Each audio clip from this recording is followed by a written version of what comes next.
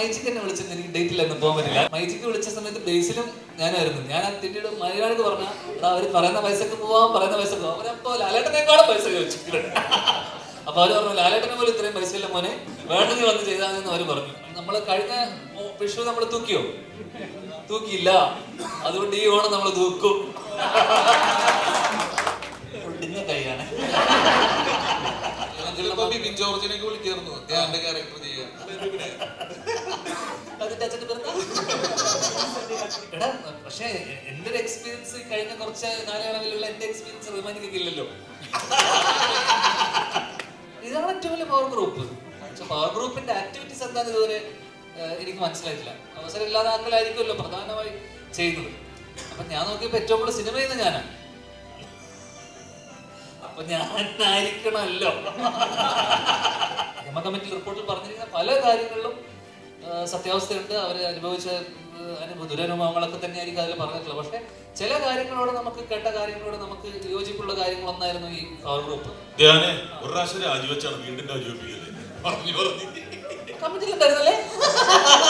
ഇത് 2020 ശേഷമുള്ള അതോ 2020 ആണ്? ഏതാ? എടാ അവാമിന്റെ പടം കഥയൊന്നും അറിയില്ല. ചേച്ചി വിളിച്ചു പറഞ്ഞു. ഞാനിവിടെ ഭയങ്കര തള്ളൊക്കെ തള്ളിട്ടിരിക്കണേ. ഞാൻ കഥ കേട്ട് ത്രില്ലടിച്ചിട്ടാണ് പറഞ്ഞത്. ആ പൊളിക്കല്ലേ പ്ലീസ്. ഒന്നും അറിയില്ല. ഷീൽ ചേച്ചിന്റെ അബ്രാഞ്ചിന്റെ പടം പോവുക ചെയ്യുക വരിക, അത്രേ ഉള്ളൂ. 4 ദിവസം അഭിനയിച്ചു. ഫുൾ പടത്തിൽ സെക്കൻഡ് ഹാഫ് ഉണ്ടെന്ന് പറഞ്ഞു. അപ്പൊ മനസ്സിലല്ലേ ഉമർലുല്ലു ഒരു ദിവസം എത്ര മിനിറ്റ് ഫുട്ടേജ് ഷൂട്ട് ചെയ്ത് വേണം.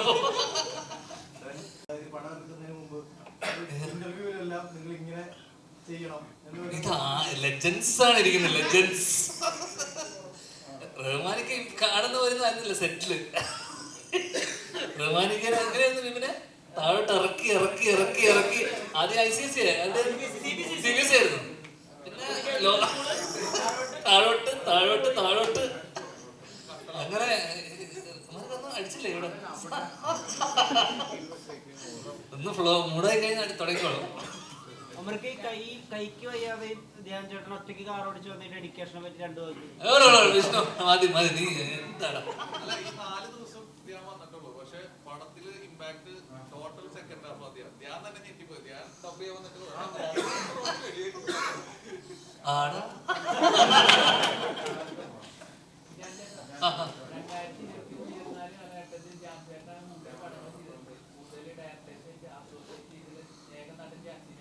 അതെ ബംഗാളിയെ പോലെ പണിയെടുപ്പിച്ചു. സത്യം. അതൊന്ന് എന്ത് വ്യത്യാസമാണോ?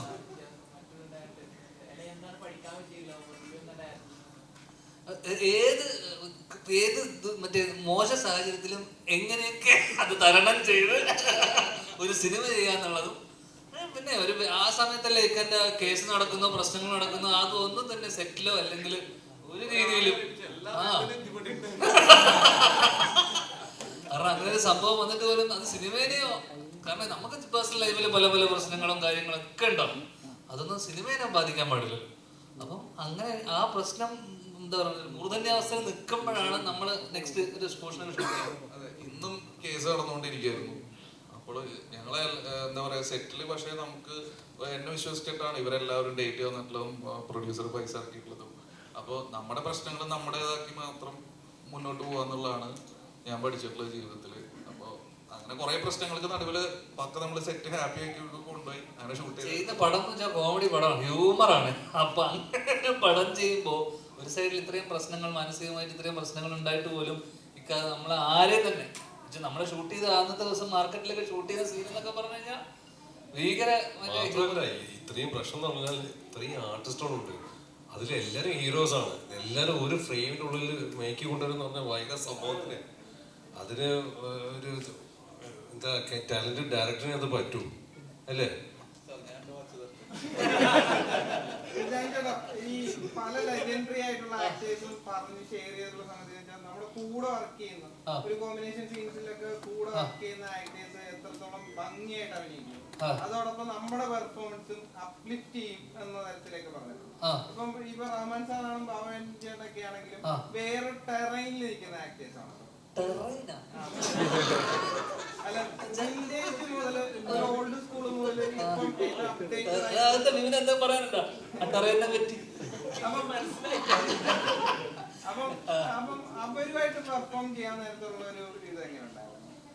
എടാ, പക്ഷെ എന്റെ ഒരു എക്സ്പീരിയൻസ് കഴിഞ്ഞ കുറച്ച് കാലയളവിലുള്ള എന്റെ എക്സ്പീരിയൻസ് റഹ്മാനിക്കൊക്കെ ഇല്ലല്ലോ. അല്ല, അങ്ങനെയല്ല ഞാൻ പറഞ്ഞ, നമ്മള് ഓപ്പോസിറ്റ് ഇവരോടെ നിൽക്കുന്നത് തന്നെ നമ്മുടെ ഒരു ഭാഗ്യമായിട്ടാണ് നമ്മൾ കാണുന്നത്. തീർച്ചയായിട്ടും. കാരണം നമ്മൾ ചെറുപ്പത്തിലൊക്കെ കണ്ട് എന്താ പറയുക, നമ്മുടെ മനസ്സിലൊക്കെ തങ്ങി നിന്ന ഒരു മുഖമാണ് റഹ്മാനിക്കണേ. ഇന്നത്തെ മറ്റേ എന്താ പറയുക, റൊമാൻറ്റിക് ഹീറോ ആണല്ലോ. അപ്പൊ ഇക്കേന്റെ ഓപ്പോസിറ്റ് നമ്മൾ നിൽക്കുന്ന സമയത്ത് നമ്മൾ നന്നാക്കണം, അല്ലെങ്കിൽ നമ്മളത് നന്നായി ചെയ്യണം, നമ്മൾ കാരണം ആ സീൻ കൊളാവാൻ പാടില്ല എന്നുള്ള ടെൻഷനായിരുന്നു. ഫസ്റ്റ് എനിക്ക് ഭാവനോട് കോമ്പിനേഷൻ ഇല്ല. എനിക്ക് ഇക്കേന്റെ കൂടെയും ഇക്കേന്റെ ഗ്യാങ് ബാഡ് ബോയ്സിന്റെ കൂടെയാണ് എന്റെ കോമ്പിനേഷൻ മൊത്തം. അപ്പം ബാക്കി വിപിനും മാൻസനൊക്കെ നമുക്ക് നമ്മുടെ സമപ്രായക്കാരാണ്, സെന്തിലായിക്കോട്ടെ. ഇക്കേനോട് അതല്ല. അപ്പൊ നമ്മൾ തെറ്റിക്കരുത്, നമ്മളത് കറക്റ്റായിട്ട് കൊണ്ടുപോകണം. പക്ഷെ ഭാഗ്യത്തിന് അന്ന് ഞാൻ വന്ന ദിവസം ഇക്ക കുറെ തവണ തെറ്റിച്ചു. ഒരു വാക്കിൽ ഉടക്കിപ്പോയി, കുന്നംകുളം. ഇക്കൊക്കെ ഒരു വാക്ക്, ആ പേരൊക്കെ കിട്ടിയില്ല കറക്റ്റ്. ഏതൊരു കുന്നംകുളത്തിന് പകരം എന്തോ ഇക്ക അവിടെ ഉടക്കി, കുന്നമംഗലോ. അപ്പൊ എനിക്കൊരു ധൈര്യം വന്നു. അപ്പം നമുക്ക് സ്വാഭാവികമായിട്ടും ഇത്തരം നമ്മൾ ഇതുപോലെ ലെജൻസിൻ്റെ കൂടെ വർക്ക് ചെയ്യുമ്പോൾ നമുക്ക് കിട്ടുന്ന ഒരു എനർജി വേറെ തന്നെയാണ്. അപ്പൊ നമ്മൾ എന്താ പറയണ്ട, ആ സീൻ എത്രത്തോളം നമ്മളെ കാരണം എന്താ പറയണ്ട മോശമാകാൻ പാടില്ല. പിന്നെ ഇവരുടെ ഒരു എക്സ്പീരിയൻസ് എന്നൊക്കെ പറയുന്നത് ഭീകരമാണല്ലോ. അപ്പൊ ആ രീതിയിൽ നമ്മൾ ഭയങ്കര എൻജോയ് ചെയ്ത് നമ്മുടെ കോമ്പിനേഷൻ സീനൊക്കെ തന്നെ നമ്മൾ ഭയങ്കര ആസ്വദിച്ച് ചെയ്തിട്ടുള്ള ആ സിനിമയിൽ തന്നെയുള്ള ഏറ്റവും രസകരമായി എനിക്ക്. കാരണം ഇവർക്ക് ഒരുപാട് വേറെയും കുറേ പരിപാടികളുണ്ടായിരുന്നു. എന്നെ സംബന്ധിച്ചിടത്തോളം നമ്മുടെ പേഴ്സണലായിട്ട് എനിക്ക് ഭയങ്കര ഇൻട്രസ്റ്റിംഗ് ആയിട്ടുള്ള സീനുകളും എല്ലാം ഭയങ്കര ഇമ്പാക്റ്റ് ഉള്ള സീനുകളായിരുന്നു. ഞാൻ വന്നു പോയിരുന്ന സീനുകളൊക്കെ ഭയങ്കര ആസ്വദിച്ച് ചെയ്തതാണ്.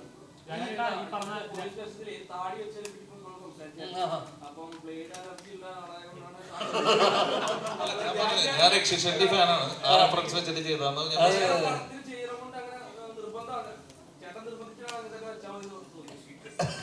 രണ്ടു മൂന്ന് പടം കണ്ടിട്ടാണ്.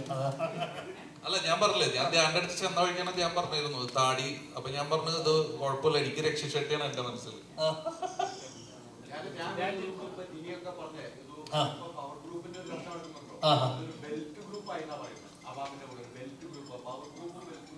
ചേച്ചിയാ ശരിക്കും പവർ ഗ്രൂപ്പ്.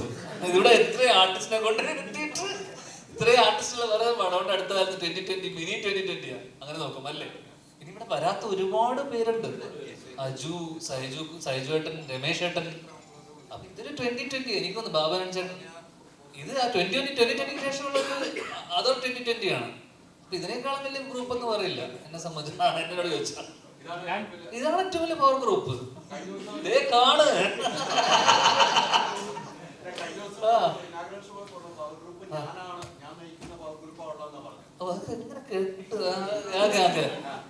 ഞാൻ പറഞ്ഞത് അങ്ങനെയല്ല.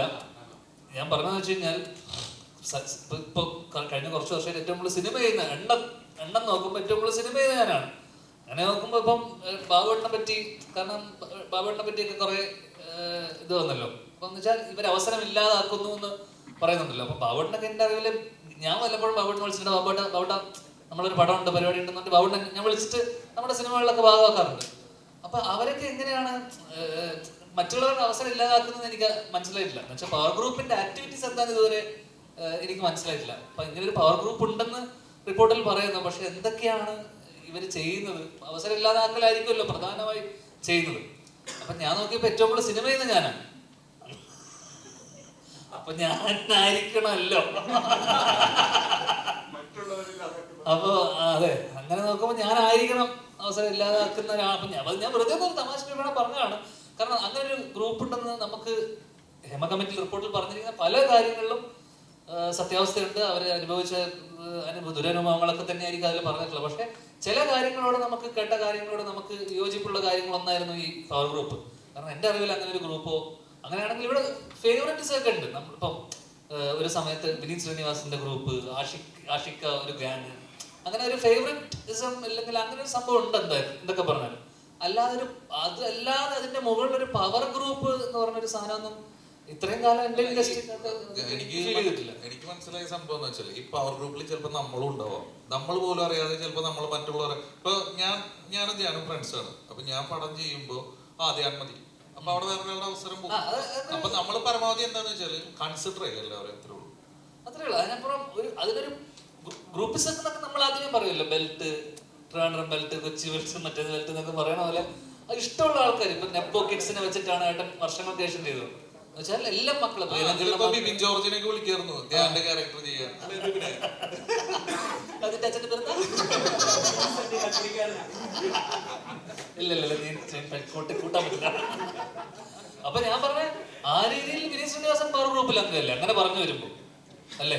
എന്നുവെച്ചാൽ പുള്ളിയുടെ കുറച്ച് ആൾക്കാരെ വെച്ചിട്ട് ഗ്രൂപ്പിസ് എന്നും ഉണ്ടല്ലോ, എന്നും നിലനിൽക്കുന്ന എന്നാണ്. പക്ഷെ എനിക്ക് അപ്പോഴും മനസ്സിലാവാതെ പോയ ഒരു ടേം ഈ പവർ ഗ്രൂപ്പാണ്. എന്താണ് പവർ ഗ്രൂപ്പ് എന്ന് പറഞ്ഞ ഇതുകൊണ്ട് അവർ ഉദ്ദേശിച്ചത് നമുക്ക് മനസ്സിലായിട്ടില്ല. അപ്പൊ അത് എനിക്ക് തോന്നുന്നു അവിടെ തന്നെയുള്ള പലരും പറഞ്ഞ കാര്യങ്ങളായിരിക്കും ഇങ്ങനെ ഒരു ഗ്രൂപ്പ് ഉണ്ടെന്നും. ഒരു പ്രാവശ്യം രാജിവെച്ചാണ് വീണ്ടും രാജിവെപ്പിക്കല്ലേ കമ്മിറ്റിയിലുണ്ടായിരുന്നല്ലേ? അതെ, നല്ലല്ലേ?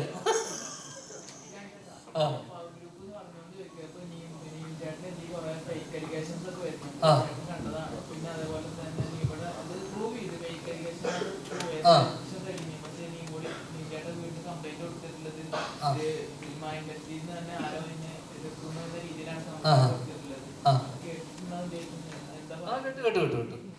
അല്ല, ആദ്യം കംപ്ലൈന്റ് കൊടുക്കേണ്ടത് മാനനഷ്ടത്തിന് ആ സ്ത്രീക്കെതിരെയാണ് കംപ്ലൈന്റ് കൊടുക്കേണ്ടത്. കാരണം അത്രയും ഇങ്ങനൊരു നിൽക്കുന്ന ഒരാളെ പറ്റി ഇങ്ങനെ ഒരു അലിഗേഷൻ പറയുമ്പോൾ അവർ പറഞ്ഞത് തുടക്കം മുതലേ പരസ്പര വിരുദ്ധമായിട്ടുള്ള കാര്യമാണല്ലോ അവർ പറഞ്ഞത്. അതിനകത്ത് യാതൊരു അടിസ്ഥാനമില്ലെന്ന് അത് കേൾക്കുന്ന ഏതൊരാൾക്കും മനസ്സിലാവുന്ന കാര്യങ്ങളൊക്കെ തന്നെയുള്ളൂ. അപ്പൊ പിന്നെ അതിന് ഇതായിട്ട് അനുബന്ധിച്ച് ചേട്ടൻ വന്നിട്ട് ആ ഡേറ്റിൽ നമ്മുടെ ഇവിടെ വർഷങ്ങൾക്ക് ശേഷം സിനിമയിലായിരുന്നു നിവിൻ ആ സമയത്ത് 14-15 തീയതികൾ. അപ്പം അതില് ഒരു കാരണം ഇപ്പൊ സംഭവം എന്ന് വെച്ച് കഴിഞ്ഞാൽ ശരിക്കും ഇതുമായിട്ട് ബന്ധപ്പെട്ട് ശരിക്കും മോശം അനുഭവം ഉണ്ടായിട്ടുള്ള സ്ത്രീകളെ ഒക്കെ വരുമ്പോൾ ഇവരെ പോലത്തെ ആൾക്കാർ, ഫേക്ക് ആയിട്ടുള്ള ആൾക്കാർക്ക് ഒരു നമ്മൾ ഏത് വിശ്വസിക്കണം, ഏതാണ് ശരി ഏതാണ് തെറ്റെന്ന് പറയുന്ന പോലെ കുറെ എല്ലാവരും ശരിയാണെന്ന് പറയാൻ പറ്റില്ലല്ലോ. അപ്പം അങ്ങനെ ഒരു കൺഫ്യൂഷൻ വരും ആൾക്കാർക്കും എല്ലാവർക്കും. കാരണം ഇന്ന് ഏതെങ്കിലും ഒരു കുട്ടി എനിക്കിങ്ങനെ ഒരു അനുഭവം ഉണ്ടായെന്ന് പറഞ്ഞാൽ ഉടനെ കേസ് എടുക്കേണ്ട ഒരു സാഹചര്യമുണ്ട്. കാരണം ആര് പറഞ്ഞാലും നെക്സ്റ്റ് സെക്കൻഡ് പ്രതിയാക്കുകയാണ്. അപ്പം അതോടൊപ്പം തന്നെ ഇതിനൊക്കെ കൃത്യമായി തെളിവില്ലെങ്കിൽ ഇതൊന്നും നിലനിൽക്കില്ല. അപ്പം ഇതിനോടൊപ്പം തന്നെ സോളിഡ് ആയിട്ടുള്ള എവിഡൻസും ഉണ്ടാവണം ഇതൊക്കെ പ്രൂവ് ചെയ്യാൻ പറ്റും. അപ്പം അത് എനിക്ക് തോന്നുന്നു നിവിൻ്റെ എനിക്ക് തോന്നുന്നു അത് അങ്ങനെ തള്ളിപ്പോയി. അത് കൃത്യമായിട്ട് ആൾക്കാർക്കും കേൾക്കുന്നവർക്കും എനിക്ക് തോന്നുന്നു പോലീസുകാർക്കൊക്കെ മനസ്സിലായിട്ടുണ്ടാവണം ഇതിനോട്. വീണ്ടും മലയാള സിനിമയിലേക്ക് കൊണ്ടുവന്നിരിക്കുകയാണ്. എങ്ങനെ ഉണ്ടായിരുന്നു റഹ്മാൻഖാന്? മൊത്തത്തിൽ നേരത്തെ പറഞ്ഞെങ്കിലും ഈ സിനിമയിൽ അഭിനയ സമയത്തും നിങ്ങൾ വെറുതെ ഇരിക്കുന്ന സമയത്ത് റഹ്മാൻഖായിട്ടുള്ള ഒരു കോമ്പോ എങ്ങനെയായിരുന്നു? അതിനപ്പുറം എന്ന് വെച്ച് കഴിഞ്ഞാൽ ഇത്രയും റഹ്മാനിക്ക് ഇത്രയും ബ്രേക്ക് എടുത്താണോ എനിക്ക് ചോദിക്കണം. ഇത്രയും ഗ്യാപ്പ് എടുത്തതാണോ മലയാള സിനിമയിൽ അല്ലെങ്കിൽ ആണല്ലേ? മനഃപൂർവ്വം എടുത്ത ഗ്യാപ്പാണല്ലേ? കാരണം ഇക്ക ഹ്യൂമർ ചെയ്യുന്നത് എനിക്ക് തോന്നുന്നു കുറച്ച് കാലത്തിന് ശേഷം ഹ്യൂമർ ചെയ്യുന്നത്. അപ്പൊ എനിക്ക് തോന്നുന്നു ഇക്ക ഹ്യൂമർ ചെയ്യുന്നത് കാണാൻ അല്ലെങ്കിൽ അത് കാണാൻ വേറൊരു അഴകുണ്ടായിരുന്നു അല്ലേ? അതിന്റെ ഒരു സാധനം ഇതിനകത്ത് കാണും എന്തായാലും ഡെഫിനറ്റ് ആയിട്ടും. പിന്നെ ഏറ്റവും നമ്മളെ ഇതാക്കുന്നത് എന്ന് വെച്ച് കഴിഞ്ഞാൽ അപ്പൊ ട്രെയിലർ കണ്ട ആൾക്കാരൊക്കെ പറയുന്നത് വെച്ചാൽ മമ്മൂക്കയാണ്. അപ്പോ ഏജന്റ് റിവേഴ്സ് ഗിയർ എന്നൊക്കെ പറഞ്ഞ പോലെ നമുക്ക് എടുത്തു പറയാവുന്ന ഇത്രയും സുന്ദരനായ നായകൻ എന്താ പറയണ്ടേ മമ്മൂക്കയ്ക്ക് ശേഷം അല്ലെങ്കിൽ മമ്മൂക്കയോടൊപ്പം തന്നെ നമ്മൾ സ്ക്രീനിൽ കണ്ടപ്പോൾ എനിക്ക് പല സീക്വൻസിലും ട്രെയിലറൊക്കെ കണ്ടപ്പോൾ മമ്മൂക്കനെ ഓർമ്മ വന്നു. അല്ല മമ്മൂക്കനെ സ്ക്രീനിൽ കാണുന്ന പോലെ ഒരു പ്രസൻസും അല്ലെങ്കിൽ ഇമ്പാക്റ്റ് നമുക്ക് പല ട്രെയിലറിന്റെ പല മൊമെന്റിലും. കാരണം ഞാൻ ഉള്ള സീനുകളിലൊക്കെ അല്ലാതെ ബാക്കിയുള്ള സാധനങ്ങളൊക്കെ കണ്ടപ്പോൾ ശരിക്കും മമ്മൂക്കനെ സ്ക്രീനിൽ കാണുന്ന ഒരു ഫീൽ ഉണ്ടായിരുന്നു. ഞാൻ ചേട്ടാ സ്വന്തം പടങ്ങളെ കുറിച്ച് ഓവർ ഷൂട്ട് ചെയ്യാതെ പ്രേക്ഷകരുടെ ഉള്ള കാര്യം ഉള്ള പോലെ പറയുന്ന ഒരു ആക്ടറാണ്. അപ്പൊ ബാഡ് ബോയ്സിനെ കുറിച്ച് ഉള്ള പോലെ പ്രേക്ഷകർ പറയാൻ എങ്ങനെ ആയിരിക്കും? ഞാൻ 4-5 ദിവസമേ ഉള്ളൂ. ഞാൻ പിന്നെ ഫെസ്റ്റിവലാണ്. ഫെസ്റ്റിവൽ വരുന്ന സമയത്ത് സ്വാഭാവികമായിട്ടും ക്ലാഷ് ഉണ്ട്. നമ്മൾ കഴിഞ്ഞ വിഷു നമ്മൾ തൂക്കിയോ? തൂക്കിയില്ല. അതുകൊണ്ട് ഈ ഓണം നമ്മൾ തൂക്കും. തൂക്കില്ലല്ലോ, അത് വിട്ടു. എല്ലാ തവണ നമ്മൾ വിട്ടുകൊടുക്കില്ല. കാരണം കഴിഞ്ഞ തവണ പരിപാടി നമ്മള് കുറച്ച് നാടകവും നമ്മൾ കുറച്ച് ഇമോഷണൽ സൈഡായിരുന്നു. പക്ഷെ ഇത്തവണ നമ്മൾ അതല്ല. ഇത്തവണ നമ്മള് കട്ട കമേഴ്ഷ്യൽ ഇതാണ്. അതിന്റെ കൂടെ നാടകം ത്രില്ലറൊന്നും വരണ്ട, അതൊക്കെ സൈഡായിക്കോളൂ കുറച്ച് 3 ദിവസം കഴിയും. എനിക്ക് അല്ല, പക്ഷെ അപ്പോഴും ഒരു കാര്യമുള്ളതെന്ന് വെച്ചാൽ കൂടെയുള്ള പടങ്ങള് ഒന്ന് അടുത്ത സുഹൃത്ത് അലിസ്റ്റൻ സ്റ്റീഫന്റെ പടം, ആ വീക്കെൻഡിന്റെ അടുത്ത പടത്തിൽ ഞാനാണ് നായകൻ. അതുകൊണ്ട് തന്നെ എല്ലാവരും, നമ്മുടെ സിനിമ മാത്രമല്ല, ARM, കിഷ്കിന്ധാകാന്ഡം, അതോടൊപ്പം തന്നെ കൊണ്ടൽ, ഗാങ്സ് ഓഫ് സുകുമാരക്കുറുപ്പ്, മാധവന്റെ ഫസ്റ്റ് പടം, ഡെബ്യൂ പടം. അതുകൊണ്ട് എടുത്ത് പറയണം, നിങ്ങളൊക്കെ പറയണം. അതിന് സുരേഷങ്ങളുടെ മകന്റെ ഫസ്റ്റ് പടമാണ് കുമ്മാട്ടിക്കളി. ഇത്രയും സിനിമകളുണ്ട്. അപ്പം ഡെഫിനറ്റ്ലി ഫെസ്റ്റിവൽ ആകുമ്പോൾ എല്ലാ സിനിമകൾക്കും സ്പേസ് ഉണ്ട്, എല്ലാ സിനിമകൾക്കും അതിൻ്റെതായിട്ടുള്ള സിഗ്നിഫിക്കൻസ് ഉണ്ട്. കാരണം നമ്മളൊക്കെ ഒരു കാലത്ത് ഒരു സിനിമ കഴിഞ്ഞ ഓണത്തിനൊക്കെ ഒരു സിനിമ കഴിഞ്ഞ അടുത്ത സിനിമയ്ക്ക് പോയി 2-3 സിനിമകൾ കണ്ടിരുന്ന സമയമുണ്ട്. അപ്പം അതേപോലെ ഒരു ഈ ഹേമപ്രശ്നങ്ങളൊക്കെ ഒന്ന് തണുത്ത് നിൽപ്പുണ്ട്. അപ്പൊ അത് കഴിഞ്ഞിട്ട് നല്ലൊരു ഓണക്കാലം, അത് സിനിമയ്ക്ക് എല്ലാ രീതിയിലും ഗുണം ചെയ്യട്ടെ എന്ന് ആശംസിക്കുന്നു. എല്ലാ സിനിമകളും ഓടട്ടെ എന്ന് ആശംസിക്കുന്നു.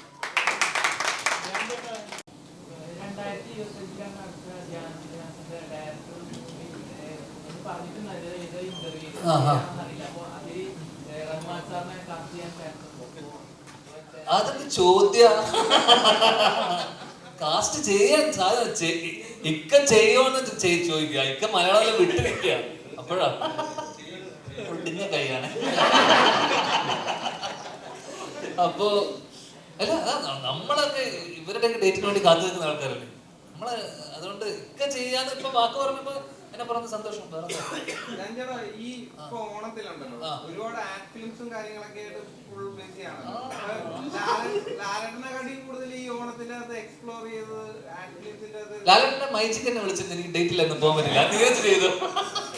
നീരജ് ചെയ്തല്ല, മൈജിക്ക് വിളിച്ച സമയത്ത് ബേസിലും ഞാനായിരുന്നു. ഞാൻ ആ തിണ്ടിയുടെ മലയാളിക്ക് പറഞ്ഞ അവര് പറയുന്ന പൈസക്ക് പോവാം, പറയുന്ന പൈസക്ക് പോവാം. അവരപ്പോ ലാലേട്ടനേക്കാളും പൈസ ചോദിച്ചിട്ടുണ്ട്. അപ്പൊ അവര് പറഞ്ഞു ലാലേട്ടനെ പോലും ഇത്രയും പൈസ ഇല്ല മോനെ, വേണമെങ്കിൽ വന്ന് ചെയ്താൽ അവര് പറഞ്ഞു മൈജിക്കാര്. അങ്ങനെ അത് പോയി. ഞാൻ ഡിജിറ്റൽ അല്ലേടാ, ഞാൻ ഇതിലോട്ട് ടിവിയിലോട്ട് വരാറില്ല.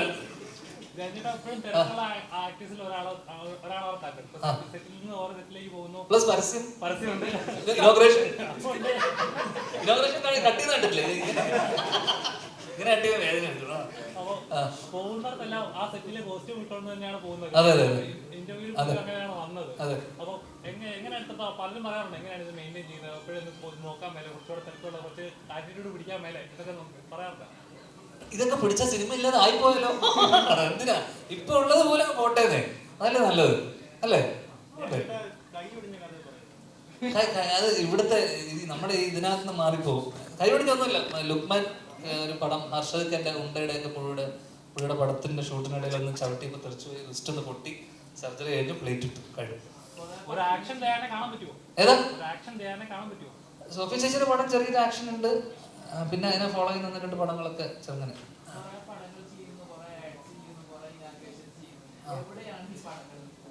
ഏതാ പൈസ? ഇൻകം ടാക്സിലാണോ ഞാൻ? എടാ അതൊന്നും പറയാൻ പറ്റില്ല ഇപ്പൊ. എന്തിനാ ഇപ്പൊ അതൊക്കെ അറിഞ്ഞിട്ട് ഇപ്പൊ ഇതൊക്കെ ഞാൻ ഇവിടെ വന്ന് പറയണോ? ആ പണ്ടൊക്കെ കയ്യിൽ വെച്ചാൽ